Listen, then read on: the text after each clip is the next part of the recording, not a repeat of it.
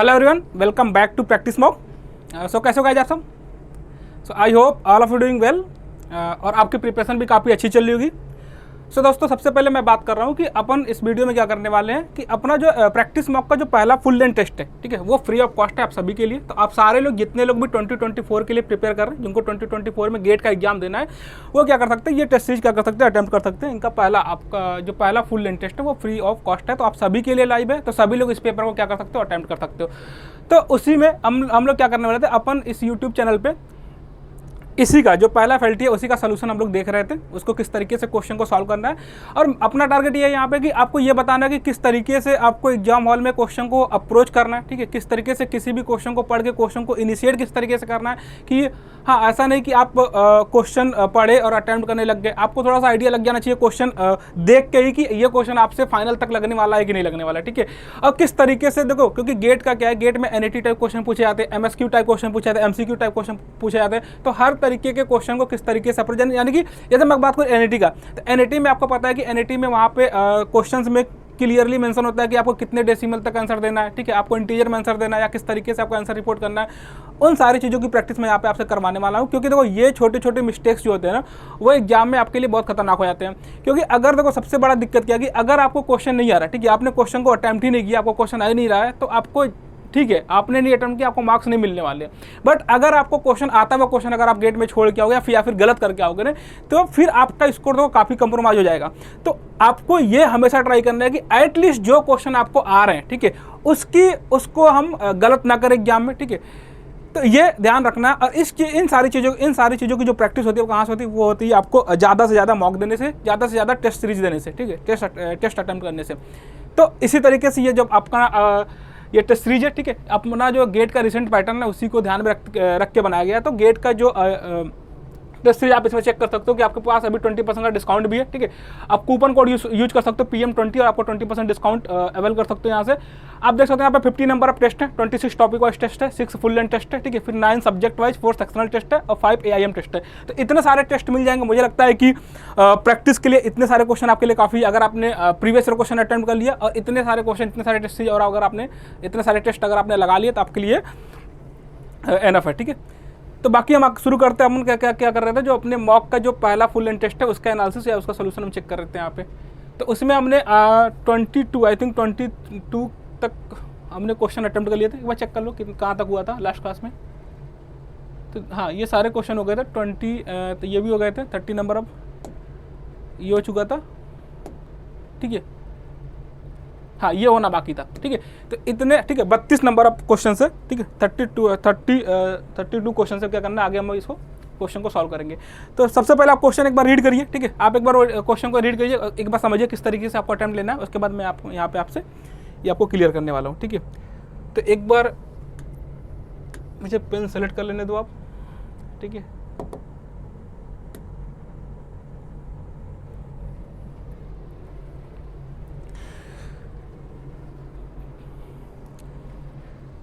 ठीक है, आ जाओ।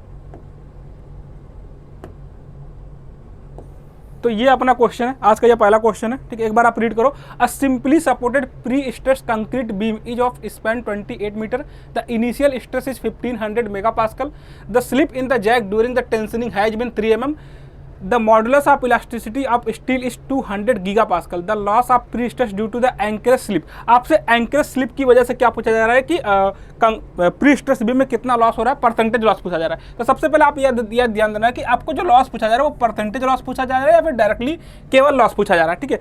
इस बात का ध्यान देना बहुत जरूरी है। तो अभी आपसे क्वेश्चन में क्या पूछा गया, परसेंटेज लॉस पूछा गया। जब भी आपसे परसेंटेज लॉस पूछा जाएगा तो आपको बताना होगा with respect to the initial stress, ठीक है। आपको जब भी परसेंटेज लॉस पूछा जाए तो वो जो लॉस ऑफ प्री स्ट्रेस बताना है वो किसके रिस्पेक्ट में बताना होगा, आपको इनिशियल स्ट्रेस के रिस्पेक्ट में बताना होगा, ठीक है। तो इस बात को समझना। तो हम क्या करेंगे, ठीक है।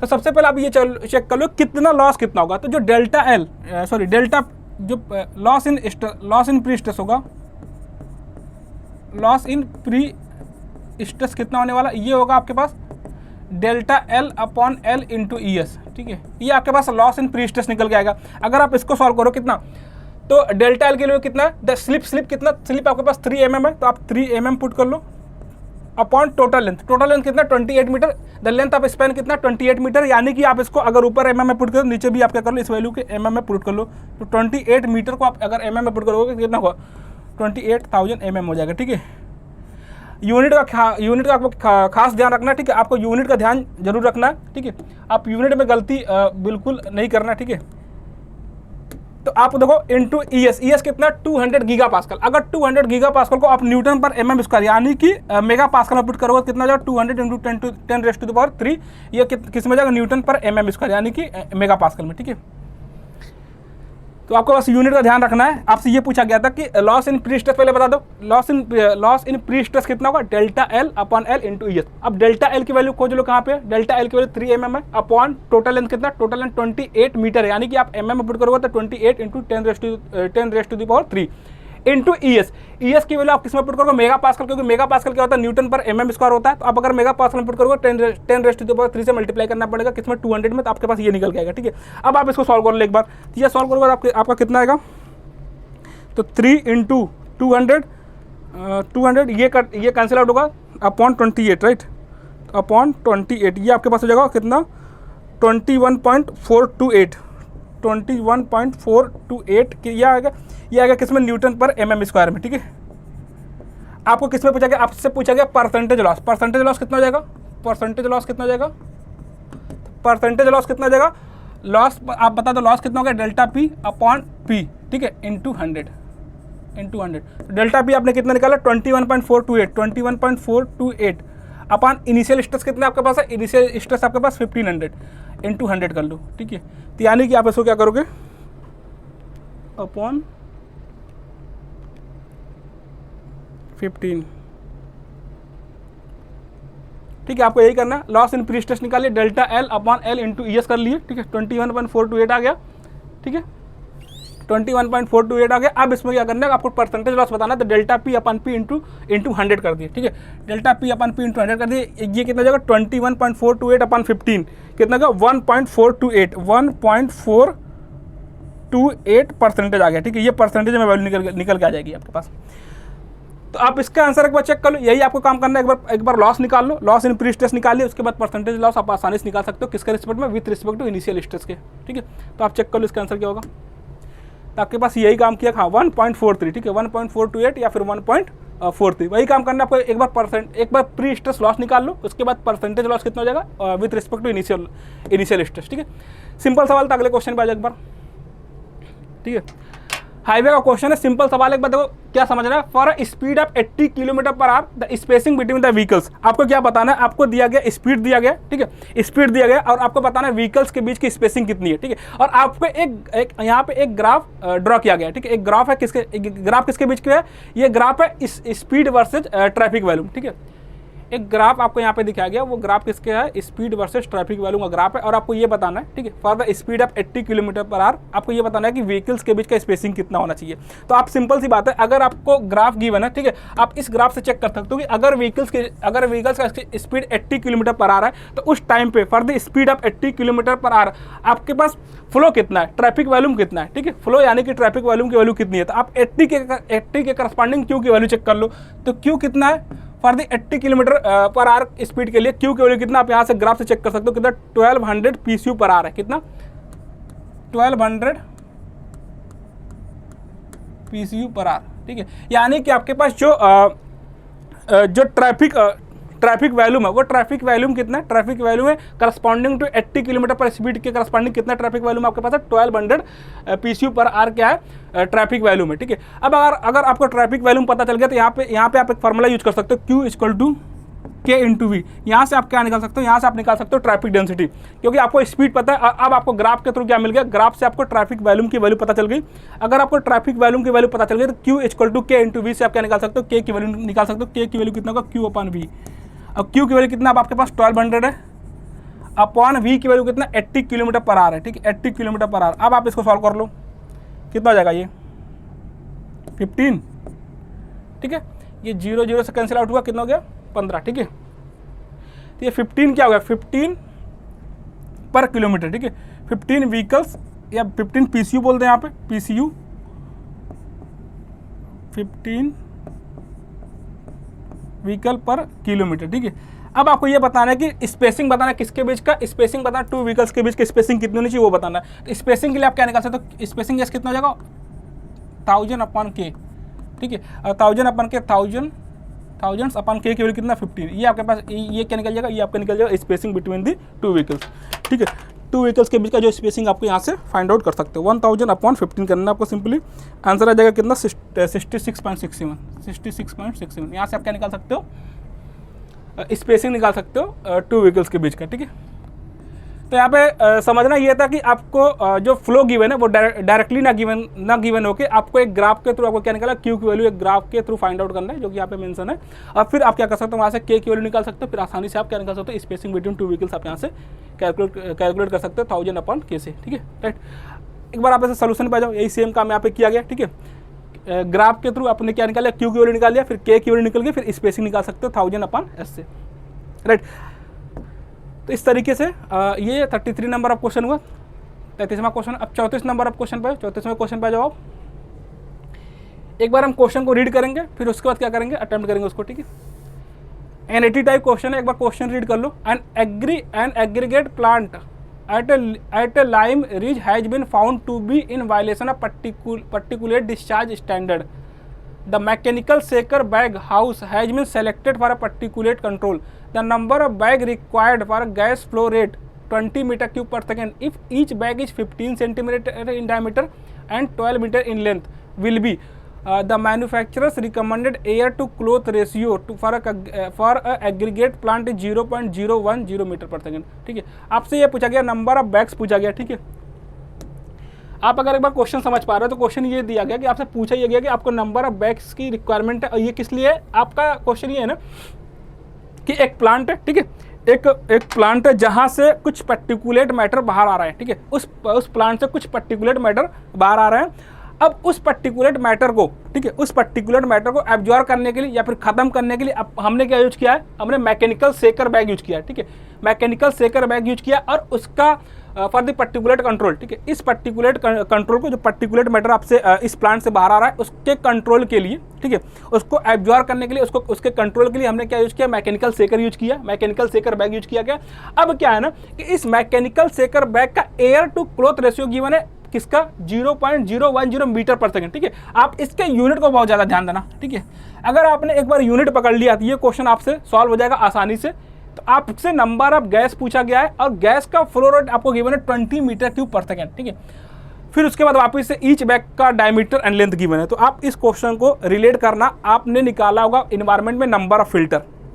अगर आपने रैपिड एंड फिल्टर वाले क्वेश्चन सॉल्व किए होंगे तो वहाँ से आपसे एक क्वेश्चन बहुत फ्रिक्वेंटली आता है एग्जाम में कि आपसे नंबर ऑफ फिल्टर कैलकुलेट करवाया जाता है, ठीक है। तो उसके लिए आप क्या करते हो, उसके लिए आपको, अगर आपने देखा होगा डिस्चार्ज अगर आपको गिवन है, ठीक है, और डिस्चार्ज गिवन है और रैपिड एंड फिल्टर जो भी फिल्टर है, ठीक है, या फिर आप सेडिमेंटेशन टैंक का क्वेश्चन लगा रहे हो तो वहाँ पे आपको उस टैंक का ओवरफ्लो रेट गिवन होता था, ठीक है। अगर आप सेडिमेंटेशन टैंक का अगर क्वेश्चन लगा रहे हो तो वहाँ पे अगर नंबर ऑफ टैंक्स पूछा जाए, ठीक है, तो वहाँ पे आप क्या कर देते हो, ओवरफ्लो रेट अगर आपको पता है, ठीक, तो आप वहाँ से प्लान एरिया कैलकुलेट कर लेते थे। कैसे, डिस्चार्ज अपॉन ओवरफ्लो रेट से, डिस्चार्ज अपॉन ओवरफ्लो रेट से क्या करते थे, प्लान एरिया कैलकुलेट करते थे। उसके बाद ईच फिल्टर का जो एरिया है उससे डिवाइड कर देते थे, किसको, प्लान एरिया से। उससे क्या निकल जाता है, नंबर ऑफ फिल्टर, वहाँ से आप क्या करते थे, कैलकुलेट कर लेते थे। सिंपल सा बात। वही सेम कॉन्सेप्ट यहाँ पे लगाना, वही सेम कॉन्सेप्ट यहाँ पे लगाना। यहाँ पे क्या है कि आपको गिवन है कि डिस्चार्ज कितना है, डिस्चार्ज आपको गिवन है 20 मीटर क्यूब पर सेकंड, राइट। अब आपके पास यहाँ पे ओवरफ्लो रेट नहीं गिवन है, बट आपसे क्या गिवन है, air to cloth ratio given है। एयर टू क्लॉथ रेशियो का मतलब ये हो गया कि ये जो बैग है, ठीक है, ये जो बैग है, ठीक है, ये जो भी बैग है, मान लेते ये बैग अपना, ठीक है, मैकेनिकल शेकर बैग ये। अब ये मैकेनिकल शेकर बैग क्या करेगा, इस पर्टिकुलर मैटर को ऑब्जर्व करेगा। इसको कंट्रोल करने के लिए इन्वायरमेंट में ना जाए, उसको क्या करेगा, वो मैकेनिकल शेकर बैग ऑब्जर्व करेगा। वो कहाँ पे ऑब्जर्व करेगा, इसका जो सरफेस एरिया है, ठीक है, इसके जो सरफेस एरिया, इस सरफेस एरिया के थ्रू, जहाँ पे भी इस सरफेस एरिया के थ्रू क्या करेगा, पर्टिकुलर मैटर इस मैकेनिकल शेकर में एब्जॉर्ब होगा। तो अगर इसको एब्जॉर्ब होगा तो इसका absorption rate, air to cloth ratio बोल सकते हो, इसका एब्जॉर्प्शन रेट, जैसे वहाँ पे ओवरफ्लो रेट था वैसे यहाँ पे एब्जॉर्प्शन रेट है। ये कितना, ये है 0. एयर टू क्लॉथ रेशियो मान लो, ठीक है, एयर टू क्लॉथ रेशियो कितना आपके पास है, 1 मीटर पर सेकेंड, यानी कि किस रेट से ये पर्टिकुलर मैटर को एब्जॉर्ब कर रहा है उसका रेशियो गिवन है। एयर टू क्लोथ रेशियो कितना, 0.01 मीटर पर सेकेंड। ठीक है, यहाँ से आप प्लान एरिया निकाल सकते हो। जैसे वहाँ पे प्लान एरिया निकाल देते हैं, ऐसे यहाँ पे सरफेस एरिया निकाल लो। टोटल सरफेस एरिया किसके, मैकेनिकल सेकर का जो सरफेस एरिया वो कितना निकल जाएगा, सरफेस एरिया आपको निकाल सकते हो 20/0.01, राइट। ये ठीक है, तो यहाँ से कितना हो जाएगा, ये 20/0.01, यहाँ से हो जाएगा 20, इतना आपके पास क्या हो जाएगा मीटर स्क्वायर। यानी मीटर स्क्वायर ये क्या हो गया, मैकेनिकल सेकर बैग जो उसका सरफेस एरिया निकल के आ गया। ठीक है, अब अगर आपके पास टोटल रिक्वायर्ड सरफेस एरिया निकल के आ गया मैकेनिकल सेकर बैग का, और एक सेकर बैग का आपको डायमीटर और लेंथ गिवन है, तो आपको उसके एक सेकर बैग के जो सरफेस एरिया उससे से अगर आप टोटल सरफेस एरिया को डिवाइड कर दोगे तो क्या निकल जाएगा, नंबर ऑफ बैग आपके पास निकल के आ जाएगा। तो नंबर ऑफ बैग एन की वैल्यू कितना जाएगी, टोटल रिक्वायर्ड सरफेस एरिया कितना, 2000 मीटर स्क्वायर। ठीक है, अब आपको क्या करना है, ईच बैग के सरफेस एरिया से क्या करना है, डिवाइड करना है। तो पाई इंटू डी की वैल्यू कितना, 0.15 इंटू एल की वैल्यू कितना है, 12 मीटर। ठीक है, यहाँ से नंबर ऑफ बैग आप क्या कर सकते हो, कैलकुलेट कर सकते हो।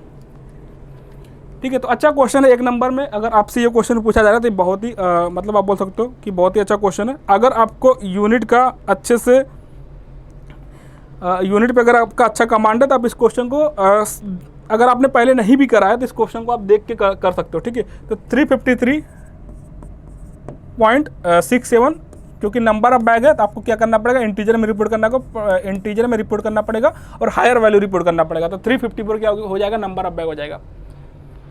ठीक है, कितना रिक्वायर्ड बैग है वो कितना होगा, 353.67। तो आपको हायर नंबर ऑफ बैग, ठीक है, चाहिए होगा फॉर द 100% एफिशिएंसी। तो आपको 353.67 आ रहा था, आंसर कितना हो जाएगा, 354 हो जाएगा। यही सेम काम इसमें किया गया, आप इस क्वेश्चन को यहाँ से चेक कर सकते हो। ठीक है, the net cloth area required with 1 compartment, एक कंपार्टमेंट में आपको टोटल कितना एरिया रिक्वायर्ड हो आप यहाँ से निकाल सकते हो। ठीक है, उसके बाद नेट नंबर ऑफ बैग आप आसानी से कैलकुलेट कर सकते हो। तो ये क्वेश्चन हो गया। अगले नंबर पे जाओ, अगले क्वेश्चन पे जाओ। ठीक है, ये सिंगल नंबर वाला 1 मार्क्स का लास्ट क्वेश्चन है। ठीक है, 1 मार्क्स का लास्ट क्वेश्चन, उसके बाद हम 2 मार्क्स वाले क्वेश्चन पे आ जाएंगे। ठीक है, उसके बाद हम 2 मार्क्स वाले क्वेश्चन पे आएंगे, उसको हम थोड़ा और धीरे से मतलब थोड़ा सा और समझ के चलेंगे। ठीक है, इसको थोड़ा हम कर लेते हैं कि a function is defined as shown in the table below, the value of 0 to 6 fx dx using the Simpson 1/3 rule. आपको सिंपसन 1/3 रूल निकाल के लगाना है यहाँ पे। ठीक है, और वैल्यू निकालना किसका, 0 to fx। ठीक है, यहाँ पे चेक कर लो, 0 to 6 आपको सिंपसन 1/3 रूल लगाना है, 0 से 6 fx और dx की वैल्यू क्या करना है, आपको फाइंड आउट करना है। ठीक है, तो सिंपसन 1/3 रूल अगर आपको ध्यान होगा तो क्या होता है, सिंपसन 1/3 रूल होता है h/3 into first ordinate plus last ordinate plus 4 time odd ordinate odd 2 time even, right. ठीक है, जो सिंपसन 1/3 रूल है वो क्या है, सिंपसन 1/3 रूल ये हो जाएगा integration of fx dx, right. ठीक है, तो आप इसको ऐसे याद रखो कि सिंपसन 1/3 रूल क्या है, first ordinate plus last ordinate plus 4 time odd ordinate plus 2 time even ordinate. ठीक है, अच्छा इस फार्मूले में आपको एक चीज़ बहुत अच्छे से ध्यान देना है कि अगर हम बोल रहे हैं कि 4 time odd ordinate plus 2 time even ordinate, ठीक है, तो 4 टाइम ऑड 2 टाइम इवन जब भी आप इस फार्मूले को यूज करोगे तो आपको एक चीज़ बहुत अच्छे से ध्यान देना है कि यहाँ पर जो वाई नॉट है, ठीक है, जो ऑर्डिनेट की नंबरिंग हम शुरू कर रहे हैं, ठीक है, जो हम ऑर्डिनेट की नंबरिंग शुरू कर रहे हैं वो वाई नॉट से शुरू कर रहे हैं, ना कि वाई 1 से शुरू कर रहे हैं। ठीक है, ये जो नंबरिंग शुरू होगा वो कहाँ से शुरू होगा, वाई नॉट से, ना कि वाई 1 से। ठीक है, अगर आप इसी नंबरिंग को वाई 1 से शुरू कर दोगे, ठीक है, इसी नंबरिंग को अगर आप वाई 1 से शुरू करोगे तो ये h/3 हो जाएगा प्लस y1 प्लस y1। ठीक है, फर्स्ट प्लस लास्ट, तब ये 4 time even plus 2 time odd हो जाएगा। तो आपको इस बात से कंफ्यूज नहीं करना है, क्योंकि आपको दोनों फार्मूला देखने को मिलेगा। ठीक है, कहीं पे आपको ये फार्मूला मिल जाएगा देखने को, तो कहीं पे ये फार्मूला देखने को मिल जाएगा। तो आपको ये नहीं कंफ्यूज करना है कि कहीं पे 4 टाइम ऑड 2 टाइम इवन लिखा हुआ है या फिर कहीं पे 4 टाइम इवन 2 टाइम ऑड लिखा हुआ है। जब आपको 4 टाइम ऑड 2 टाइम इवन लिखा मिलेगा तो यहाँ पर जो हम ऑर्डिनेट की काउंटिंग कर रहे हैं वो वाई नॉट से शुरू कर रहे हैं। ठीक है, पहले ऑर्डिनेट को हम वाई नॉट रिपोर्ट कर रहे हैं। बट अगर आपके पास 4 टाइम इवन 2 टाइम ऑड है तो आप पहले ऑर्डिनेट को y1 से रिपोर्ट कर रहे होगे, ना कि y0 से रिपोर्ट कर रहे होगे। तो इस वजह से ये फार्मूला चेंज हो जाता है, ठीक है। अब कुछ दोनों सेम फार्मूला, बस आपको ये ध्यान ये रखना है ना, आप इस तरीके से इसको याद रखो कि जब भी आप फार्मूला यूज करोगे तो आप h/3 में तो कोई कन्फ्यूजन नहीं है। सबसे पहले आप ये बोलो कि first ordinate plus last ordinate, ठीक है। अब ये फर्स्ट ऑर्डिनेट को चाहे आप y0 से रिपोर्ट कर दो, चाहे फिर y1 से रिपोर्ट करो, कोई दिक्कत नहीं है, ठीक है। तो आप जैसे ही first ordinate plus last ordinate करोगे तो ये y0 प्लस yn कर दो, ठीक है। आपको फार्मूला इस तरीके से यूज करना, आपको इवन ऑड नहीं याद रखना, ठीक है। जब आप इवन ऑड याद रखोगे तो फिर आपको ये भी याद रखना पड़ेगा कि और जब ऑड याद रख रहे हो तो आपको y0 याद रखना है, ठीक है। बट मैं ये बोल रहा हूँ कि आप सीधे डायरेक्टली याद रखो कि सबसे पहले आप पहले वाले ऑर्डिनेट को लास्ट वाले ऑर्डिनेट का सम निकाल लो, ठीक है। और यहाँ पे पुट करो, फर्स्ट एंड लास्ट ऑर्डिनेट का सम यहाँ पे रखोगे। उसके बाद 4 टाइम जो दूसरा ऑर्डिनेट, अभी आपने पहला ऑर्डिनेट खत्म कर लिया यहाँ पे, ठीक है।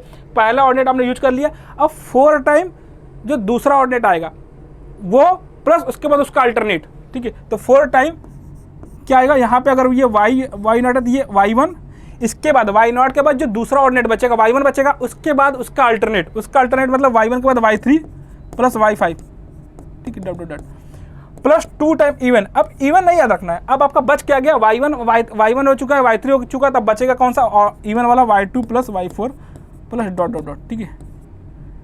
तो आप इस तरीके से इस फार्मूले को याद रख लो, जैसे भी आप याद रख पा रहे हो, ठीक है। एग्जाम में क्वेश्चन निकलना चाहिए, ये इंपॉर्टेंट है। आप किस तरीके से, अगर आपको पहले से ध्यान है, इसमें कोई कन्फ्यूजन नहीं है, तो आप कैसे भी याद रख लो। बट अगर आपको कन्फ्यूजन है इन दोनों फार्मूले में, तो आप ये याद रखो, first plus last plus 4 time first के बाद जो सेकंड वाला ऑर्डिनेट स्टार्ट हुआ वो प्लस उसका अल्टरनेट, ठीक है। ये इस तरीके से आप क्या कर सकते हो, इसको याद रख सकते हो, ठीक है। सिंपल सी बात है। हम आते हैं सीधे क्या इसके, ठीक है।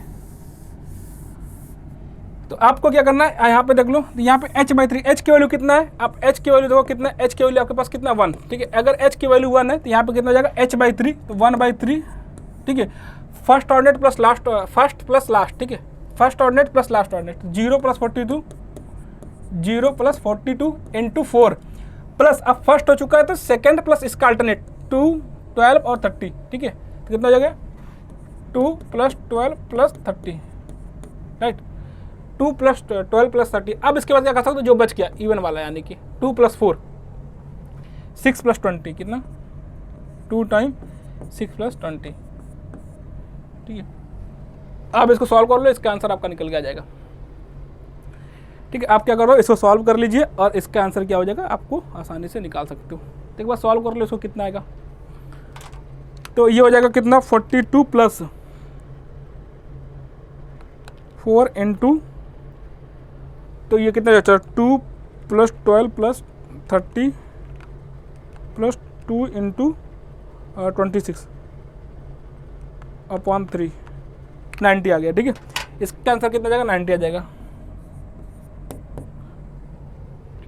ठीक है। तो एक बार सिंपसन 1/3 रूल, ठीक है। इसके बाद और जितने भी रूल हैं वो एक बार उसको रिवाइज करिए, ठीक है। बाकी सिंपसन 1/3 का पे ये क्वेश्चन पूछा गया है और आपको किस तरीके से सॉल्व किया कि वो मैंने आपको बता दिया, ठीक है, किस तरीके से आपको क्वेश्चन को सॉल्व करना है, ठीक है। नेक्स्ट क्वेश्चन पे आप आ जाइए, ठीक है। नेक्स्ट क्वेश्चन क्या है, अब ये 2 मार्क्स वाले क्वेश्चन है, ठीक है।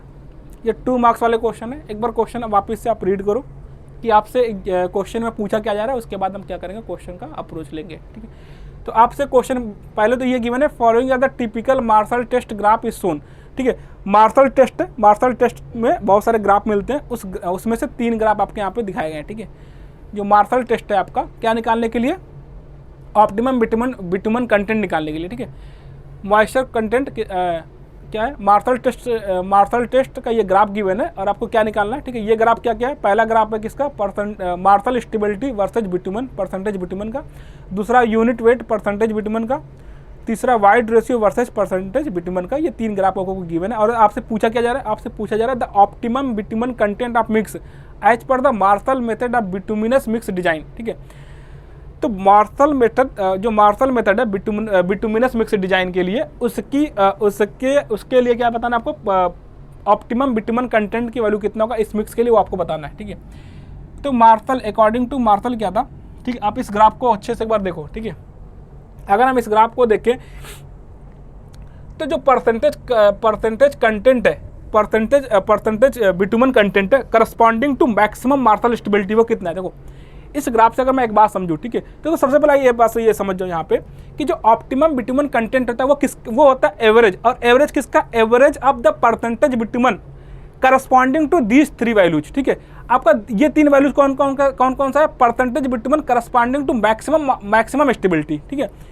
3 हम क्या करते हैं, जो परसेंटेज बिटुमन कंटेंट होता है वो 3 बिटुमन कंटेंट का एवरेज होता है। वो 3 बिटुमन कंटेंट कौन सा होता है? तो पहला जो corresponding to the maximum Marshall stability, maximum stability के करस्पॉन्डिंग जो परसेंटेज बिटुमन निकल रहा है, पहला वो हो गया। और दूसरा हो गया maximum bitumen content corresponding to the unit weight, maximum unit wait.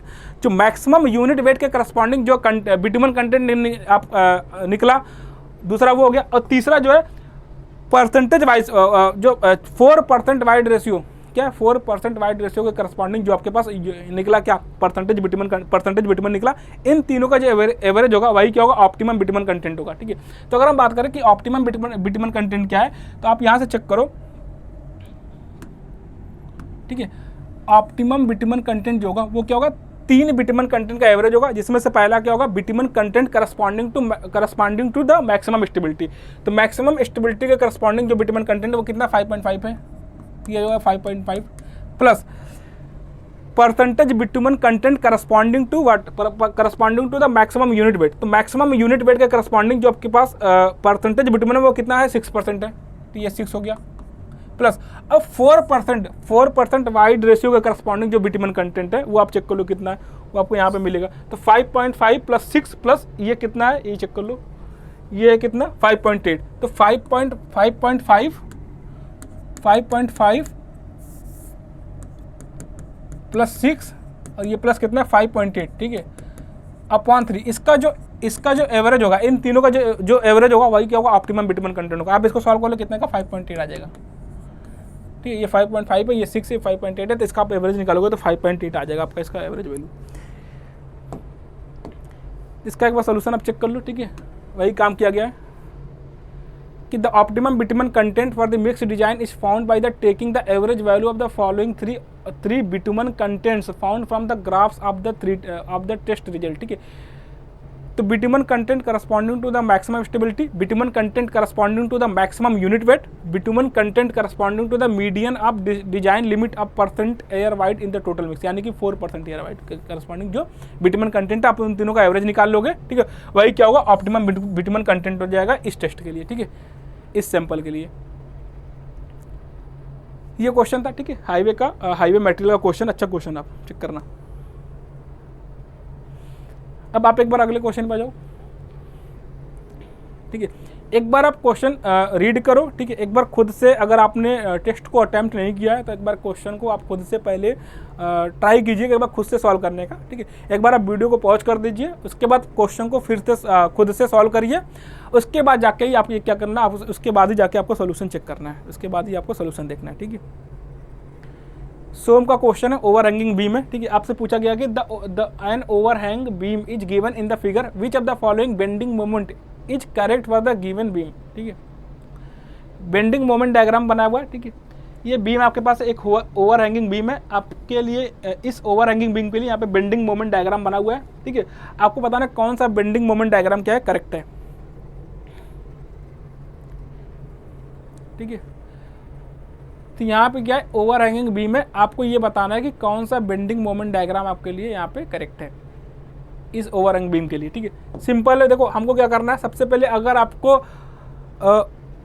अगर आपसे पूछा जाए, अगर आपसे बेंडिंग मोमेंट या फिर शियर फोर्स डायग्राम बीएमडी या फिर एसएफडी एग्जाम में पूछा जाए, इस पे क्वेश्चन पूछा जाए, खास करके ऑब्जेक्टिव एग्जाम में, ठीक, जहाँ पे आपके पास एमसीक्यू है, जहाँ पे आपको डायग्राम ड्रॉ नहीं करना है, ठीक है। वहाँ पे हम ये नहीं करेंगे कि बीम से हम बीएमडी डायग्राम ड्रॉ करेंगे फिर अपना ऑप्शन मैच कराएंगे, ऐसा नहीं करेंगे। हम क्या करेंगे, ऑप्शन की हेल्प से ये चेक करेंगे कि कौन सा ऑप्शन करेक्ट है। ऑप्शन की हेल्प से कैसे चेक करेंगे, हम हर पॉइंट पे जाके बेंडिंग मोमेंट निकाल सकते हैं, ठीक है, या फिर जो ग्राफ का नेचर चेक कर सकते हैं। तो हमको हमें क्या करना है, ग्राफ का नेचर चेक करके या फिर ग्राफ के किसी पॉइंट पे बेंडिंग मोमेंट कैलकुलेट करके हमको क्या करेंगे, अपना आंसर चेक करेंगे, ना कि हम पूरा बेंडिंग मोमेंट डायग्राम ड्रॉ करेंगे। तो एग्जाम में पूरा बेंडिंग मोमेंट डायग्राम ड्रॉ नहीं करना है, आपको अपने ऑप्शन से क्या करना है, आंसर मैच कराना है कि कौन सा आंसर सही हो सकता है, वो किस तरीके से, वो इस तरीके से कि आपको क्या करना है, ग्राफ का नेचर समझना है कि किस पोर्शन में ग्राफ का नेचर क्या होगा, दूसरी बात, अगर उससे भी आपको ऑप्शन एलिमिनेट नहीं हो रहा है तो फिर आप क्या करो, किसी एक दो पर्टिकुलर जगह पे जाके, किसी एक पर्टिकुलर लोकेशन पे जाके, एक दो लोकेशन पे जाके आप बेंडिंग मोमेंट कैलकुलेट कर लो, उससे आपका आंसर पता चल जाएगा। ठीक है, जैसे अगर मैं इस क्वेश्चन की बात करूं तो सबसे पहले आपको एक काम ये करना पड़ेगा, ये क्वेश्चन देख के जो सबसे पहला काम ये है कि आप इसका निकाल दो, क्या सपोर्ट रिएक्शन आपको निकालना पड़ेगा। सबसे पहले इसका आपको सपोर्ट रिएक्शन निकालना पड़ेगा। ठीक है, तो सपोर्ट रिएक्शन कैसे निकलेगा ये चेक करो। तो अगर आप इस ग्राफ का सपोर्ट रिएक्शन निकालोगे तो सबसे पहले एक बात चेक करो कि ये वाला जो 10 किलो न्यूटन लोड है, ये 10 किलो न्यूटन लोड आपको क्या देगा, एक मोमेंट देगा। वो मोमेंट क्या होगा, एंटी क्लॉकवाइज मोमेंट होगा। ठीक है, तो ये आपको एक एंटी क्लॉकवाइज मोमेंट देगा, कितना, 10 किलो न्यूटन मीटर का, 10 किलो न्यूटन मीटर का। ठीक है, तो जो ये फर्स्ट वाला 10 किलो न्यूटन लोड है, ये क्या करेगा, आपको एक एंटी क्लॉकवाइज मोमेंट देगा। और कौन सा, ठीक है, और ये जो दूसरा 10 किलो न्यूटन का लोड है, ये क्या करेगा, आपको एक क्लॉकवाइज मोमेंट देगा, कितने का, 10 किलो न्यूटन मीटर का, 10 किलो न्यूटन मीटर का। ठीक है, तो आपके पास इस ये जो बीम आपके पास है, इस बीम में आपके पास दो हॉरिजॉन्टल फोर्स है, और ये दो हॉरिजॉन्टल फोर्स क्या देगा, दो मोमेंट देगा। और पहला वाला जो फोर्स है 10 किलो न्यूटन का, ये क्या देगा, एंटी क्लॉकवाइज मोमेंट देगा। ये जो दूसरा वाला 10 किलो न्यूटन का लोड है, ये क्या देगा, आपको क्लॉकवाइज मोमेंट देगा। ठीक है, अब हमको क्या करना है, सपोर्ट रिएक्शन अगर आपको निकालना है तो आप सिंपल एक बात समझो कि अगर हम यहाँ पे बोले आर ए की वैल्यू कितनी होगी, ठीक है, और हम यहाँ पे बोले कि आर डी की वैल्यू कितनी होगी, आप जैसे भी सॉल्व कर लो, मैं सबसे बेसिक से सॉल्व करता हूँ, वैसे सॉल्व करने का तरीका और भी है। तो सबसे पहले इस बीम में अगर आप ऑब्जर्व करोगे तो ये जो 10 किलो न्यूटन मोमेंट है, और ये कितना, प्लस 10 किलो न्यूटन मीटर का मोमेंट है, ये एक दूसरे को क्या कर देगा, ये एक दूसरे को कैंसिल आउट कर देगा। ठीक है, मैं मोमेंट इक्वेशन लिख रहा हूँ किसके लिए, summation of moment at point D equal to 0 होगा। मैं मोमेंट इक्विलिब्रियम का इक्वेशन लिखना चाह रहा हूँ कहाँ पे, डी, पॉइंट डी पे। अब जब डी पे इक्विलिब्रियम इक्वेशन लिखोगे तो आप चाहो तो लिख लो या नहीं लिखो, ये 10 माइनस का 10, ये प्लस का 10 क्या करेगा, एक दूसरे को कैंसिल आउट करेगा, बट आप लिख लो। चलो, आर ए इंटू क्या करना है आपको, आर ए इंटू ये डिस्टेंस कितना होगा, 5 मीटर हो गया, आर ए इंटू 5, ये माइनस का 10 किलो न्यूटन, ये प्लस का 10 किलो न्यूटन, उसके बाद क्या हो गया, ये प्लस का 10 किलो न्यूटन, और ये क्या करेगा, ये प्लस का कितना, 5 इंटू 2 इंटू 1 इक्वल टू 0 हो गया। ठीक है, तो अब ये इस आर ए की वैल्यू कितना हो जाएगी, आर ए की वैल्यू कितना, यहाँ से अगर आप कैलकुलेट करोगे ये कैंसिल आउट होगा, ये 5 से अगर कैंसिल करोगे तो ये -2 किलो न्यूटन मीटर हो जाएगा, -2 किलो न्यूटन। ठीक है, तो सबसे पहली बात आपसे ये निकल गया कि आर ए की जो वैल्यू निकल जाएगी वो कितना कि -2 किलो न्यूटन निकल जाएगी। प्लस अगर हम समेशन वी इक्वल टू 0 करें, समेशन वी कितना होगा, R A plus R D, ये कितना होगा, 5 इंटू 2 यानी कि 10 किलो न्यूटन। यहाँ से आप आर डी की वैल्यू निकाल सकते हो, कितना, 10 माइनस 2 है तो इधर जाकर +2 होगा, यानी कि 12 किलो न्यूटन होगा, 12 किलो न्यूटन होगा। ठीक है, तो यहाँ से आर ए का वैल्यू आपके पास आ गया कितना, -2 किलो न्यूटन, और आर डी की वैल्यू आ गई कितना, +12 किलो न्यूटन। ठीक है, ठीक है, आप इस चीज़ को समझना। अब एक बात समझो, ठीक है, हमने क्या निकाला कि अभी आपके पास रिएक्शन निकल गया, आर ए और आर डी की वैल्यू निकल गई आपके पास। अब आप क्या कर सकते हो, आप ग्राफ से भी आप ग्राफ चेक करके जो ऑप्शन में बी एम डी मेंशन है, ठीक है, उससे आप क्या कर सकते हो, एक बार ग्राफ का नेचर समझ सकते हो, उससे भी आप क्या कर सकते हो, आंसर टिक कर सकते हो। या तो फिर उसके बाद दूसरा ऑप्शन ये कि आप क्या करो, एक ये जो पॉइंट्स है ना, हम इन पॉइंट्स पे अगर हम इन पॉइंट्स पे क्या बता दें, बेंडिंग मोमेंट की वैल्यू बता दें, तो आप वहाँ से भी ग्राफ के थ्रू क्या कर सकते हो, अपना आंसर चेक कर सकते हो। तो चलो हम क्या करते हैं कि अगर हम मोमेंट एट ए पॉइंट पर अगर मोमेंट निकाले तो ए पॉइंट पर मोमेंट कितना होगा, 0 होगा। ठीक है, अब हम मोमेंट निकालेंगे बी पॉइंट पे, अब बी के जस्ट लेफ्ट में हम क्या करेंगे, मोमेंट निकालेंगे। तो moment at B, left of the B, ठीक है, ये जो बी पॉइंट है इसके जस्ट लेफ्ट में कितना मोमेंट आएगा, हम इसकी बात कर रहे हैं। तो मोमेंट एट पॉइंट बी, ठीक है, और just left of the B, ठीक है, moment at the point just left of the B कितना हो जाएगा, -2। ये देखो ये वाला जो फोर्स होगा, अब ये जो फोर्स का डायरेक्शन होगा -2 किलो न्यूटन, -2 किलो न्यूटन है, इसका मतलब इसका जो डायरेक्शन होगा आर ए नीचे की तरफ होगा। ठीक है, इसका डायरेक्शन अगर आर ए नीचे की तरफ होगा तो इसका मतलब ये जो 2 किलो न्यूटन का जो नीचे की तरफ फोर्स लग रहा है, ये इस पोर्शन में जो बेंडिंग मोमेंट देगा वो क्या देगा, हॉगिंग बेंडिंग मोमेंट देगा। ठीक है, जो बेंडिंग मोमेंट का नेचर होगा किसमें, ए बी पोर्शन में, इस फोर्स आर ए की वजह से वो हॉगिंग नेचर का होगा। ठीक है, अगर ये हॉगिंग नेचर को हम माइनस से रिपोर्ट करते हैं तो आप चेक करना ये जो बेंडिंग मोमेंट कितना कहाँ पे होगा, लेफ्ट ऑफ द बी कितना होगा, -2 × 2 मतलब -4 किलो न्यूटन मीटर। ठीक है, ये वाला जो फोर्स है ये आपको क्या देगा, ये आपको हॉगिंग मोमेंट देगा। अगर ये हॉगिंग मोमेंट को अगर हम माइनस से रिप्रेजेंट करते हैं तो ये हॉगिंग मोमेंट कितना हो जाएगा, -2 × 2, ये डिस्टेंस कितना हो गया आपके पास 2। अब हम क्या करेंगे, moment at B, but moment at right of the B, जो पॉइंट बी के जस्ट राइट में मोमेंट निकालेंगे। ठीक है, अगर आप पॉइंट बी के जस्ट राइट में आप अगर मोमेंट निकालने जाओगे तो कितना हो जाएगा, तो ये हो जाएगा -2 × अभी अपने -4 निकाला, -4, और ये -10, ये जो 10 किलो न्यूटन पर मीटर, ये क्या करेगा, ये भी क्या कौन सा मोमेंट है, ये हॉगिंग नेचर का, ये मोमेंट में हॉगिंग नेचर जनरेट करवाएगा -10 का। तो इसकी वजह से क्या करेगा, इसकी वजह से जो मोमेंट होगा वो कितना होगा, -10 और ऐड करो तो -14 हो जाएगा। ठीक है, इस बात को समझना, मैं ये बोल रहा हूँ आपसे कि आर ए की वैल्यू कितना, -2 किलो न्यूटन है, यानी कि आर ए किधर लगेगा, नीचे की तरफ, डाउनवर्ड डायरेक्शन में लगेगा। ठीक है, अगर ये आर ए डाउनवर्ड डायरेक्शन में लगेगा तो इस आर ए की वजह से जो मोमेंट आएगा किस पोर्शन में, इस पोर्शन में, ए बी पोर्शन में। ठीक है, इसकी वजह से जो मोमेंट जनरेट होगा वो क्या होगा, वो हॉगिंग नेचर में होगा। ठीक है, हॉगिंग मोमेंट अगर होगा, अगर मैं हॉगिंग को किससे रिपोर्ट करूँगा, माइनस से, तो ये हो जाएगा मोमेंट जो होगा, मोमेंट कितना होगा, -2 × 2। अब हम क्या करेंगे, इस बी पॉइंट के जस्ट राइट में मोमेंट चेक करते हैं। तो अगर हम इस बी पॉइंट के जस्ट राइट में अगर मोमेंट चेक करेंगे तो -4 तो यहाँ पे था, यहाँ तक का था। अब ये जो 10 किलो न्यूटन मीटर का जो मोमेंट एंटी क्लॉकवाइज का, ये भी क्या करेगा, ये भी हॉगिंग मोमेंट जनरेट करवाएगा बीम में। अगर ये भी हॉगिंग नेचर का है तो क्या करेगा, ये क्या हो जाएगा, -10 यहाँ पे और हो जाएगा, तो ये कितना हो जाएगा, -4 और -10 -14। अब हम यही मोमेंट निकालेंगे कहाँ पे, सी पॉइंट पे। ठीक है, अब यही मोमेंट अगर मैं सी पॉइंट पे निकालूं तो moment C, moment at the point C, bending moment at point C, तो आप देखो ये ये किसकी वजह से 2 किलो न्यूटन का जो लोड है यहाँ पे ए पॉइंट पे, तो माइनस, ये भी हॉगिंग नेचर का, तो -2 × कितना, ये डिस्टेंस 4 मीटर, और सी के जस्ट मैं लेफ्ट में निकाल रहा हूँ। ठीक है, सी के लेफ्ट में निकालोगे तो -10, ये -10, ये कितना हो जाएगा, ये -2 × 4, और ये -10 कितना हो जाएगा, -18। ठीक है, -18 किलो न्यूटन मीटर। अब क्या करो, एम सी एट राइट, मतलब सी के जस्ट राइट में आप क्या करोगे, मोमेंट निकालो। सी के जस्ट राइट में आप मोमेंट निकालोगे तो -18 ये था, इसमें क्या हो गया, अब ये देखना, अब ये कौन सा, ये क्लॉकवाइज मोमेंट है। अब क्लॉकवाइज मोमेंट अगर आप लेफ्ट टू राइट जा रहे हो ना, अगर आप लेफ्ट टू राइट अगर बेंडिंग मोमेंट इक्वेशन लिख रहे हो, तो जब अब ये क्लॉकवाइज मोमेंट क्या करेगा, क्लॉकवाइज मोमेंट बी में सैगिंग मोमेंट जनरेट करवाएगा। अगर ये क्लॉकवाइज मोमेंट, देखो अगर ये क्लॉकवाइज मोमेंट बी में सैगिंग मोमेंट जनरेट करवाएगा, तो सैगिंग को हम क्या लिए थे, हॉगिंग को हमने माइनस से लिया था, तो सैगिंग को हम क्या करेंगे, पॉजिटिव लेंगे। ठीक है, प्लस लेंगे, ये +10 किलो न्यूटन हो जाएगा, +10 किलो न्यूटन मीटर। तो यहाँ से कितना हो जाएगा, -8 किलो न्यूटन मीटर। ठीक है, तो सी के जस्ट राइट में जो मोमेंट होगा कितना होगा, -8 किलो न्यूटन हो गया। इसी तरीके से आप एम डी निकाल सकते हो, डी पॉइंट में मोमेंट निकाल सकते हो। डी पॉइंट में मोमेंट आप इधर से भी निकाल सकते हो या इधर से भी निकाल सकते हो, कैसे भी निकालो। अगर हम इधर से ही निकालते हैं तो कितना हो जाएगा, -2 × हाउ मच, -2 × 5, -2 × 5, ये प्लस का, ये क्या हो जाएगा, ये माइनस का क्लॉक, एंटी क्लॉक, ये माइनस का 10, ये प्लस का 10, तो ये कितना हो जाएगा, -10 और +10, ये 0 हो जाएगा। तो ये आंसर कितना जाएगा आपके पास, ये आंसर आपके पास कितना निकल के आ जाएगा। ठीक है, ये आंसर आपके पास कितना जाएगा, तो -10 किलो न्यूटन मीटर। और आप इसको इधर से भी चेक कर सकते हो, 5 × 10 × 1 -10 का। ठीक है, तो अब आपके पास क्या हो गया, हर एक पॉइंट पे मोमेंट, बेंडिंग मोमेंट की वैल्यू निकल के आ गई। हर एक पॉइंट पे आपके पास क्या है, बेंडिंग मोमेंट की वैल्यू है। अब यहाँ से आप क्या कर सकते हो, अपने BMD में इस वैल्यूज को चेक कर सकते हो और आपका आंसर यहाँ से निकल जाएगा। ठीक है, तो आपको पूरा बेंडिंग मोमेंट डायग्राम ड्रॉ नहीं करना है, आपको क्या करना है, इस तरीके से डिफरेंट पॉइंट पर आप बेंडिंग मोमेंट की वैल्यू निकाल लो, उसके बाद क्या अपना आंसर चेक कर सकते हो। एक बार चेक कर लो क्या रिजल्ट क्या है,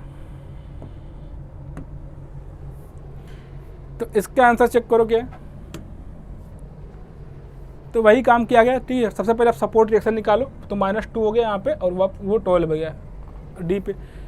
ठीक है, डिफरेंट पॉइंट पे बेंडिंग मोमेंट की वैल्यू -4 आ गया, -14, -18, -8 और -10। ठीक है, -10 जब डी पे आपने, डी पॉइंट पे अगर आप लेफ्ट हैंड साइड से मोमेंट निकालो बेंडिंग मोमेंट, और राइट हैंड साइड से बेंडिंग मोमेंट निकालोगे तो चेक भी हो जा रहा है कि -10 इधर से आ रहा है, -10 इधर से आ रहा है, यानी कि सही चल रहे हो आप। ठीक है, तो उसके बाद क्या कर सकते हो, अब आप अपने सारे, अगर जो भी आपके पास एक ऑप्शन है, उस ऑप्शन को अगर आप चेक करोगे तो ये कौन सा ऑप्शन है, आप चेक कर लो कौन सा, पहला ही ऑप्शन है शायद, हाँ ठीक है, नहीं पहला नहीं है, कौन सा ये, हाँ ठीक है, ए ऑप्शन है। ठीक है, ए ऑप्शन आपके पास ये है। ठीक है, तो ये आपका करेक्ट बेंडिंग मोमेंट डायग्राम हो जाएगा। बाकी एक बार ये चेक करना है कि ए और सी में, ठीक है, ए और सी में क्या डिफरेंस है, ये डी है और ये सी है, ठीक है। ए और सी में अगर डिफरेंस चेक करोगे तो सब कुछ सेम है, ठीक है, सब कुछ सेम है। बस आपको ये इस वाले जो सी वाले पोर्शन में इस वाले पोर्शन का ग्राफ का नेचर चेंज है, ठीक है। इस वाले पोर्शन में ग्राफ का नेचर चेंज है। अब यहाँ पे देखो कि अगर आपके पास ये, ठीक है, यहाँ पे देखो अगर मैं बात बताऊँ, ठीक है, यहाँ पे जो ग्राफ का नेचर होगा वो ऐसे होगा, ठीक है। ऐसे क्यों होगा? अगर मैं बात बोलूं कि जो शियर फोर्स की वैल्यू होगी, शियर फोर्स क्या करेगा, शियर फोर्स की वैल्यू इधर बढ़ रहा है, ठीक है। अगर शियर फोर्स की वैल्यू इधर बढ़ रहा है तो हमको ये पता है कि जो बेंडिंग मोमेंट होता है, ठीक है, जो शियर फोर्स होता है क्या होता है, डेल एम, बेंडिंग मोमेंट का डिफरेंशिएशन होता है D M upon D X, right. जो शियर फोर्स होता है D M upon D X होता है, यानी कि जो बेंडिंग मोमेंट, जो अगर इधर जाने पे शियर फोर्स क्या कर रहा है, इधर जाने पे शियर फोर्स की वैल्यू इंक्रीज हो रही है, शियर फोर्स की वैल्यू इंक्रीज हो रही है, यानी कि जो बेंडिंग मोमेंट डायग्राम बनेगा उस बेंडिंग मोमेंट डायग्राम का जो स्लोप होगा वो इंक्रीज करेगा, यानी कि D M upon D X क्या करेगा, इंक्रीज करेगा, ठीक है। अब चेक कर लो कि इस वाले ग्राफ में जो स्लोप है वो स्लोप यहाँ पे पहले 0 था, ठीक है। ये स्लोप क्या कर रहा है, ये स्लोप देखो बढ़ते जा रहा है, ठीक है, ये स्लोप की वैल्यू बढ़ रही है इस ग्राफ में, ठीक है। जबकि दूसरे वाले ग्राफ में अगर ग्राफ का नेचर आपके पास ऐसे आ जाए, ठीक है, ऐसे आ जाए, यानी क्या कहो स्लोप की वैल्यू क्या हो रही है, घट रही है, ठीक है, ठीक है। अगर ये ग्राफ देखो, अगर ये दो चीज़ें, अगर ये ग्राफ ऐसे हुआ तो क्या मतलब है, अगर ये ग्राफ ऐसे हुआ तो क्या मतलब है, अगर ये ग्राफ ऐसे हुआ, ठीक है, पहले वाला ग्राफ है, इसका मतलब इसका जो स्लोप है वो क्या हो रहा है, लगातार बढ़ रहा है, स्लोप की वैल्यू जो है लगातार बढ़ते जा रही है, ठीक है, स्लोप की वैल्यू क्या हो रही है, बढ़ रही है। इसमें अगर आप चेक करोगे तो स्लोप की जो वैल्यू है वो क्या लगातार घट रही है, ठीक है। देखो ये स्लोप क्या होगा, ऑलमोस्ट 0 हो गया, ठीक है, तो ये स्लोप की वैल्यू लगातार क्या हो रही है, घट रही है। तो आपको क्या करना है, और अब तो शियर फोर्स क्या रहा, शियर फोर्स बढ़ रहा है, यानी कि D M upon D X की वैल्यू बढ़ रही है, यानी कि जो बेंडिंग मोमेंट है उसका स्लोप की वैल्यू क्या होनी चाहिए, इंक्रीज होनी चाहिए, क्या राइट टू लेफ्ट जाने में, ये होनी चाहिए इंक्रीज, यानी कि आपके पास क्या होना चाहिए, ए ऑप्शन होना चाहिए। तो दो ग्राफ ऐसे बना, दो जो बेंडिंग मोमेंट है उसमें बस ये चेंज है कि ये जो ग्राफ का नेचर ये बदल दिया गया है, ठीक है। तो आपको ये भी बात आपको क्या रखनी, ध्यान रखना है, ठीक है, ये भी बात आप ध्यान रखना। अगले क्वेश्चन पे आप आ जाओ,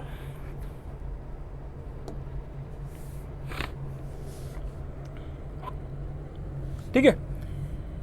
अगला क्वेश्चन एक बार आप पढ़ लो, क्या पूछा गया, the half saturation constant T half for the first order reaction when the initial concentration, final concentration and reaction rate constant are C0, C1 and K respectively will be, ठीक है।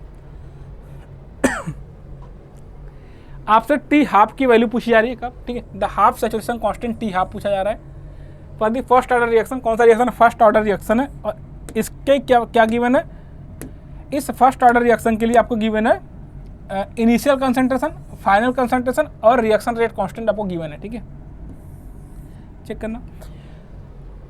तो आप एक बात समझो, सबसे पहले आप ये समझो फर्स्ट ऑर्डर रिएक्शन होता क्या है। अगर आपको ध्यान होगा फर्स्ट ऑर्डर रिएक्शन क्या होता है, इन फर्स्ट ऑर्डर रिएक्शन जो rate of decrease of concentration होता है वो डायरेक्टली प्रोपोर्शनल होता है इनिशियल कंसंट्रेशन के। फर्स्ट ऑर्डर रिएक्शन का मतलब होगा कि जो रेट ऑफ डिक्रीज किसका, कंसंट्रेशन का, या अगर यहाँ पे कंसंट्रेशन दिया गया तो हम कंसंट्रेशन की बात कर लेते हैं। तो जो फर्स्ट ऑर्डर रिएक्शन का मतलब ये होगा कि जो rate of decrease in concentration होगा वो डायरेक्टली प्रोपोर्शनल होता है वो इनिशियल कंसंट्रेशन के, ठीक है। तो अगर हम बात बोले फर्स्ट ऑर्डर रिएक्शन का मतलब हो गया कि जो rate of decrease of concentration है मतलब कि minus D C upon D T, ये डायरेक्टली प्रोपोर्शनल होता है किसके, इनिशियल कंसंट्रेशन, और जो कि गिवन है कितना, C0, ठीक है, इनिशियल कंसंट्रेशन C के गिवन है, ठीक है। तो फर्स्ट ऑर्डर रिएक्शन क्या हो गया, जो rate of decrease of concentration है वो डायरेक्टली प्रोपोर्शनल होता है किसके, कंसंट्रेशन C के, ठीक है। अब अगर हम यहाँ से प्रोपोर्शनलिटी कांस्टेंट हटाएं तो minus D C upon D T की वैल्यू कितना हो जाएगा, K इंटू C। अब आपको क्या करना है, अब आप इसको क्या कर दो, C को इस साइड ले आओ, माइनस डी सी, ठीक है, अच्छा माइनस को भी हम उस साइड ले आते हैं, ठीक है। तो D C upon C is equal to minus K into D T, ठीक है। अब आप क्या करो, दोनों साइड क्या कर दो, इंटीग्रेट कर दो। अब आप दोनों साइड को इंटीग्रेट कर दीजिए, ठीक है। अब अगर आप दोनों साइड को इंटीग्रेट करेंगे तो D C upon D T की value, D C upon C की वैल्यू कितना हो जाएगा, एल एन सी, ये कितना हो जाएगा, minus K into T, right. अब प्लस एक कांस्टेंट आ जाएगा, इस कांस्टेंट को हम m से रिपोर्ट कर दे रहे हैं, ठीक है, क्योंकि C से नहीं कर रहे क्योंकि C यहाँ पे पहले से है। तो L N C equal to minus K T plus M, ठीक है। बट आपको गिवन है कि at T equal to 0 initial concentration, at T equal to 0 C की वैल्यू कितना है, C की वैल्यू कितना, C0, ठीक है। तो अब अगर at T is equal to 0 पे सी नॉट है तो ये कितना हो जाएगा L N C naught is equal to कितना हो जाएगा माइनस, यहाँ पे 0 हो जाएगा तो 0 प्लस एम, ठीक है। तो यहाँ से आपको एम की वैल्यू निकल के आ जाएगी कितना, एलन सी नॉट। सबसे पहले आपको कांस्टेंट एम की वैल्यू निकल गई कितना, एलन सी नॉट। अब यहाँ से आपके पास जो इक्वेशन बनेगा वो कितना बन जाएगा, L N C is equal to minus K T plus M, और प्लस एम कितना, एलन सी नॉट। अब आप यहाँ से एक काम कर लो कि एलन इसको इस साइड ले आओ, इस साइड लाओगे कितना हो जाएगा, L N C upon C naught हो जाएगा equal to minus K T. यानी कि आप ये बोल सकते हो कि यहाँ से हो जाएगा L N C naught upon C की जो वैल्यू होगी वो के टी के बराबर हो जाएगी, ठीक है। अब आपके पास यहाँ पे एक इक्वेशन निकल के आ गया किसका, L N C naught upon C equal to कितना हो गया, के टी, ठीक है। अब आपसे पूछा गया कि for the T equal to half के लिए कितना पूछा गया, कितना हाफ सैचुरेशन कांस्टेंट कितना होगा ये पूछा जा रहा है, ठीक है। तो for the T equal to half के लिए सैचुरेशन कांस्टेंट आपको बताना है, तो आप ये कर लो कि टी हाफ पुट कर दो यहाँ पे, टी हाफ इंटू के इक्वल टू कितना हो जाएगा, एलन सी अपॉन सी कितना हो गया फिर, नहीं हाँ सी नॉट अपॉन सी है ना, तो एलन सी नॉट अपॉन सी का मतलब होगा कि हाफ सैचुरेशन कांस्टेंट। किसके लिए, हाफ सैचुरेशन कांस्टेंट आपको बताना है। तो सी हाफ का मतलब होगा जो सी की वैल्यू होगी कितना, सी नॉट बाई 2 हो गया। आपको इस फर्स्ट ऑर्डर रिएक्शन के लिए हाफ सैचुरेशन कांस्टेंट बताना है। इस हाफ सैचुरेशन कांस्टेंट का मतलब हो गया जब concentration C equal to C naught हो गया उस टाइम पे T/2 की वैल्यू कितना हुआ, ठीक है। T/2 की वैल्यू बताना है। तो अगर ये C equal to C naught हो गया, अब आपने यहाँ पे इक्वेशन निकाला अभी तक, ठीक है। अगर आप देखोगे आपने ये वाला इक्वेशन निकाला है, ठीक है। इस इक्वेशन में आप T के जगह पे T हाफ पुट करो, तो T हाफ यानी कि जब कंसंट्रेशन कितना हो गया, हाफ हो गया इनिशियल का, सी नॉट का सी नॉट बाई 2 हो गया। तो उस टाइम पर जो आप T/2 निकालो कितना हो जाएगा, T/2 हो जाएगा कितना, ln 2 अपॉन के, और ln 2 की वैल्यू कितना होती है 0.6 n बाई के, ठीक है। ln 2 की वैल्यू अगर आपको पता है, नहीं भी पता है तो गेट का एग्जाम है, आप कैलसी से वहाँ पे कैलकुलेट कर सकते हो, ठीक है। डायरेक्ट आपको लॉग में कन्वर्ट करने की भी जरूरत नहीं है। अगर आपको ln 2 की वैल्यू ऐसा तो ध्यान होनी चाहिए, 0.6 n होता है, बट अगर नहीं ध्यान है तो आप क्या कर सकते हो, कैलकुलेटर से सॉल्व कर सकते हो वहाँ पे। तो इसका आंसर हो जाएगा कितना, बी पार्ट इसका आंसर हो जाएगा। तो बी पार्ट इसका आंसर हो जाएगा। सेम बात यहाँ पे लिखा हुआ है, यहाँ पे सारी चीज़ें मेंशन है यहाँ पे, ठीक है, कि for the conversion of single reactant A to a single product P the first order reaction is shown below. तो बस याद रखो कि जो फर्स्ट ऑर्डर रिएक्शन होता है वो क्या होता है कि decrease of rate of constant जो होता है वो डायरेक्टली प्रोपोर्शनल होता है किसके, कंसंट्रेशन के, ठीक है। ये बात हो गया। तो सेम बात यहाँ पे लिखा हुआ, इस तरीके से क्या कर सकते हो, इसको सॉल्व कर सकते हो। अगले क्वेश्चन पे आ जाओ, नेक्स्ट क्वेश्चन पे, ठीक है। चलो आज का ये लास्ट क्वेश्चन है, 40th नंबर ऑफ क्वेश्चन तक हम क्या करेंगे, पहुंच जाएंगे आज, ठीक है। लास्ट क्वेश्चन है, थोड़ा जल्दी से करना, टाइम कम है, ठीक है।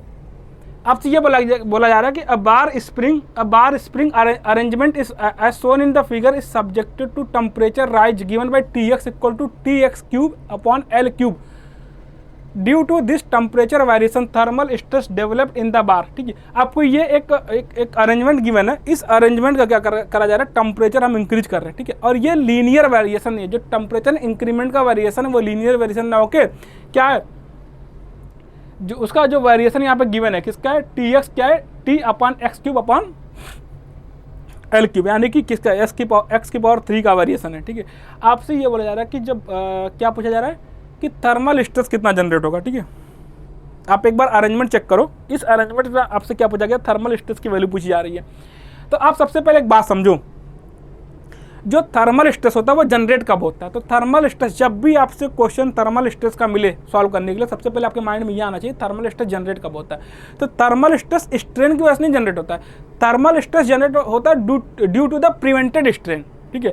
अगर किसी भी बार का या किसी भी मटेरियल का आपने टेम्परेचर इंक्रीज किया, उस टेम्परेचर इंक्रीमेंट की वजह से वो मटेरियल क्या करेगा, एक्सपेंड करना चाहेगा या फिर कॉन्ट्रैक्ट करना चाहेगा। अगर आपने टेम्परेचर चेंज किया तो मटेरियल या तो एक्सपेंड करना चाहेगा या फिर कॉन्ट्रैक्ट करना चाहेगा, ठीक है। तो अगर आपने टेम्परेचर इंक्रीज किया तो मटेरियल क्या करना चाहेगा, एक्सपेंड करना चाहेगा। अगर आपने अगर मटेरियल एक्सपेंड हो गया, अगर आपने टेम्परेचर इंक्रीज किया, मटेरियल एक्सपैंड होना चाह रहा है और मटेरियल एक्सपैंड कर गया, मतलब जितना स्ट्रेन उस टेम्परेचर इंक्रीमेंट की वजह से जितना स्ट्रेन जनरेट होना चाहिए था उतना स्ट्रेन जनरेट हो गया, तो वहाँ पे कोई भी थर्मल स्ट्रेस नहीं आएगा। थर्मल स्ट्रेस हमेशा आता है due to the prevented strain. आपने देखो, आप ये देखो कि आपको आपने जब टेम्परेचर इंक्रीज किया तो उस टेम्परेचर इंक्रीमेंट की वजह से उस मटेरियल में कितना स्ट्रेन आना चाहिए था, अगर वो उतना स्ट्रेन आ गया तो कोई भी थर्मल स्ट्रेस जनरेट नहीं होगा। लेकिन अगर उसमें से टोटल स्ट्रेन जितना होना चाहिए था उतना स्ट्रेन हो नहीं पा रहा है, ठीक है, वो प्रिवेंटेड है ड्यू टू द एनीथिंग, वो कोई भी रीजन हो सकता है, किसी भी रीजन से क्या किया गया, उस जो स्ट्रेन है, जो जितना स्ट्रेन डेवलप होना चाहिए था उतना स्ट्रेन डेवलप नहीं हो पाया, तो वो जो प्रिवेंटेड स्ट्रेन बच गया, जितना स्ट्रेन प्रिवेंट हो गया, उसी प्रिवेंटेड स्ट्रेन की वजह से क्या आएगा, मटेरियल में थर्मल स्ट्रेस आएगा। ठीक है, अब आपसे ये अरेंजमेंट गिवन है। अब इस अरेंजमेंट में देखो, अगर इस अरेंजमेंट में ये सपोर्ट क्या नॉन यील्डिंग सपोर्ट है, ये सपोर्ट नॉन यील्डिंग सपोर्ट, यानी कि इस सपोर्ट के बीच का जो डिस्टेंस है, ये सपोर्ट अपनी जगह पे हमेशा फिक्स रहेगा, इसके बीच का डिस्टेंस चेंज नहीं होगा। अगर ये अपनी जगह पे हमेशा फिक्स होगा तो इसका मतलब ये होगा कि अगर आपने जब टेम्परेचर इंक्रीज कराया, तो ये जो बार है, हमको क्या बताना है, हमें बताना है टेम्परेचर वेरिएशन, थर्मल स्ट्रेस बताना है कहाँ पे, और थर्मल स्ट्रेस बताना है किसमें, इन द बार, आपको बार में थर्मल स्ट्रेस बताना है। ठीक है, ये जो बार गिवन है आपको इसी बार में थर्मल स्ट्रेस बताना है। अब आपको अगर इसी बार में थर्मल स्ट्रेस बताना है तो आप टेम्परेचर इंक्रीमेंट की वजह से आप ये चेक करो कि इसमें कितना स्ट्रेन डेवलप होना चाहिए था। अगर जितना स्ट्रेन डेवलप होना चाहिए था उतना स्ट्रेन डेवलप हो गया तो वहाँ पे कोई थर्मल स्ट्रेस नहीं आएगा। बट हमको पता कि यार इस अरेंजमेंट की वजह से ये स्प्रिंग क्या करेगा, अगर ये एक्सपेंड करना चाहेगा, अगर ये बार एक्सपेंड करना चाहे तो इसका मतलब ये स्प्रिंग इसको कुछ फोर्स लगा के यहाँ पे इसको रोकना चाहेगा। ठीक है, अगर हम इसका FBD बना दें पहले, सबसे पहले, ठीक है, आप समझना इस बात को,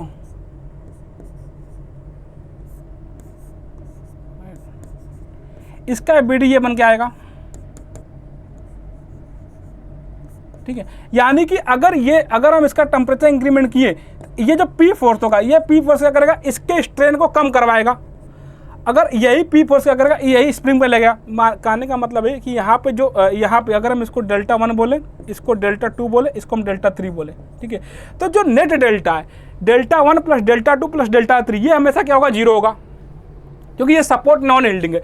इन सपोर्ट के बीच का डिस्टेंस नहीं बढ़ रहा। इसका मतलब इस T के इंक्रीमेंट की वजह से जो टेम्परेचर इंक्रीमेंट हुआ कितना, इस बार में, और इस बार में जितना टेम्परेचर इंक्रीमेंट होना चाहिए तो उतना नहीं होगा। क्यों नहीं होगा, ये जो P फोर्स है, ये स्प्रिंग क्या करेगा, इसके एक्सपेंशन को प्रिवेंट करेगा।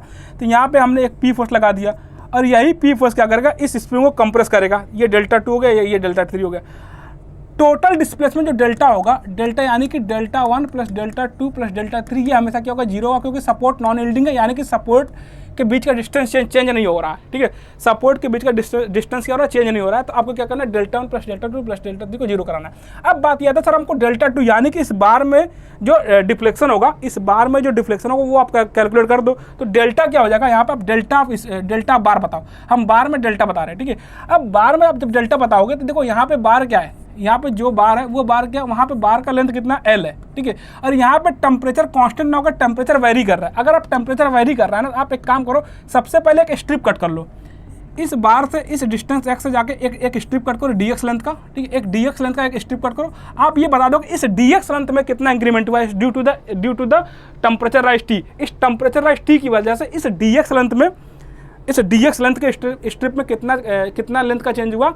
अब हम उसको इंटीग्रेट करके पूरे लेंथ में चेंज इन लेंथ निकालेंगे। तो डेल्टा LX कितना हो जाएगा, dx alpha into TX, right. अगर अब dx अल्फा इंटू TX होगा तो डेल्टा LX आप निकालो कितना हो जाएगा, dx into alpha into T की TX की वैल्यू कितना है, TX की value T x³ upon L³, right. अगर ये T x³ अपॉन L³ है तो अब इसको क्या कर दो, आप इंटीग्रेट कर दो। TLX कितना हो जाएगा, 0 से L के बीच इंटीग्रेट कर दो किसको, अब देख लो कितना है, T x³ into alpha upon L³ into dx, right. अब इसको आप इंटीग्रेट करोगे तो कितना जाएगा, T, ये L की पावर 4 होगा, फिर वो L3 से कैंसिल होगा तो TL4 अपॉन ये डेल्टा L निकलेगा किसने, ये डेल्टा L निकलेगा पूरे लेंथ के बार में। ठीक है, तो इसमें कितना चेंज हुआ इस बार में due to the increment of temperature delta T। इस T के टेम्परेचर टी के इंक्रीमेंट की वजह से जो बार में जो टोटल डेल्टा एल होना चाहिए था वो कितना होगा, L alpha T L alpha by 4, ठीक है, टी एल अल्फा बाई 4, ठीक है, ये तो निकल गया डेल्टा एल। अब चेक करो, अब यहाँ पे यह तो टेम्परेचर राइज की वजह से, अब इस पी की वजह से कितना डेल्टा होगा, ठीक है, इस पी की वजह से डेल्टा 2 में भी हम क्या निकालेंगे, ये हो गया। अब हम इस पी की वजह से कितना, पी एल अपन ए, पी एल अपन ए हो जाएगा, ठीक है। अब यहाँ पे एक बार सॉल्व कर लो, ठीक है। अब देखो ये क्या करना होगा, सिंपल सब समझना। अब ये डेल्टा वन कितना, डेल्टा वन इसका है, डेल्टा वन ये है, ठीक है, तो ये कितना हो जाएगा, T L alpha by 4 plus, देखो इसको डेल्टा वन बोलो, ठीक है, डेल्टा, ठीक है, ये कितना हो जाएगा, टोटल डेल्टा वन कितना हो जाएगा, टोटल डेल्टा वन दोनों का summation T L alpha by 4 plus P L upon A, ठीक है। तो ये T L alpha by 4 plus P L upon A, ठीक है, ये एक्सपेंड करना चाहेगा, ये इसको कंप्रेस कराओगा माइनस, और ये माइनस भी, इसके बाद भी ये माइनस, ठीक है, पी अपन के स्प्रिंग, पी अपन के स्प्रिंग माइनस पी अपन के स्प्रिंग, ठीक है। अब यहाँ से क्या कर सकते हो, इसको जीरो करा दो। अब यहाँ से आप इसको सॉल्व कर लो, यहाँ से क्या निकल जाएगा, आपका आंसर निकल जाएगा, ठीक है। समझना, डेल्टा एल किसका था, due to the increment of temperature, delta T निकालना था इस बार में, जो हमने इससे निकाला, आपको स्ट्रिप कट करना पड़ेगा, क्योंकि टेम्परेचर का जो वेरिएशन है वो लीनियर ना होकर कैसा है, क्यूबिक पैराबोलिक है, ठीक है। लीनियर वेरिएशन है, क्यूबिक पैराबोलिक है, तो आपको एक स्ट्रिप कट करना पड़ेगा। इस स्ट्रिप में डेल्टा एल एक्स निकालो, उसके बाद से डेल्टा एल निकालो इंटीग्रेट करके। आप डेल्टा एल निकालोगे कितना हो गया, टी एल अल्फा अपन 4 हो गया, ठीक है। अब ये हो गया due to the increase of temperature delta length, बार में कितना डेल्टा एल होगा, ठीक है। अब हमने ये माना इस पी फोर्स की वजह से एक कंप्रेशन भी जनरेट होगा, और ये कंप्रेसिव डिस्प्लेसमेंट कितना होगा, माइनस पी एल अपन ए हो जाएगा। ये प्लस हमने माना, एक्सपेंशन को प्लस माना, इस पी की वजह से कंप्रेशन होगा तो माइनस पी एल अपन ए हो जाएगा। और इस बार इस स्प्रिंग में, इस वाले स्प्रिंग में डिफ्लेक्शन कितना होगा, पी अपन के ऑफ द स्प्रिंग, पी अपन के ऑफ द स्प्रिंग माइनस में, क्योंकि कंप्रेशन होगा, इसमें भी पी अपन माइनस पी अपन के ऑफ द स्प्रिंग, क्योंकि इसमें भी कंप्रेशन होगा, ठीक है। आप इसको सॉल्व करना, और यहाँ पे पी, यहाँ से पी अपन ए निकालना, जो कि थर्मल स्ट्रेस होगा किसमें, बार में। इस पी अपन ए की वैल्यू निकालोगे, जो कि थर्मल स्ट्रेस होगा किसमें, बार में, तो आपका क्या हो जाएगा, आंसर निकल जाएगा। और एक चीज़ और ध्यान देना कि आपको जो के ऑफ द बार होगा कितना होगा, के ऑफ द बार कितना हो जाएगा, A by L, A by L को के ऑफ द बार से पुट कर देना, यहाँ पे आंसर मैच करा लेना। आप यही काम यहाँ पे किया गया है, ठीक है। आप चेक करोगे तो यही काम यहाँ पे किया गया है, ठीक है।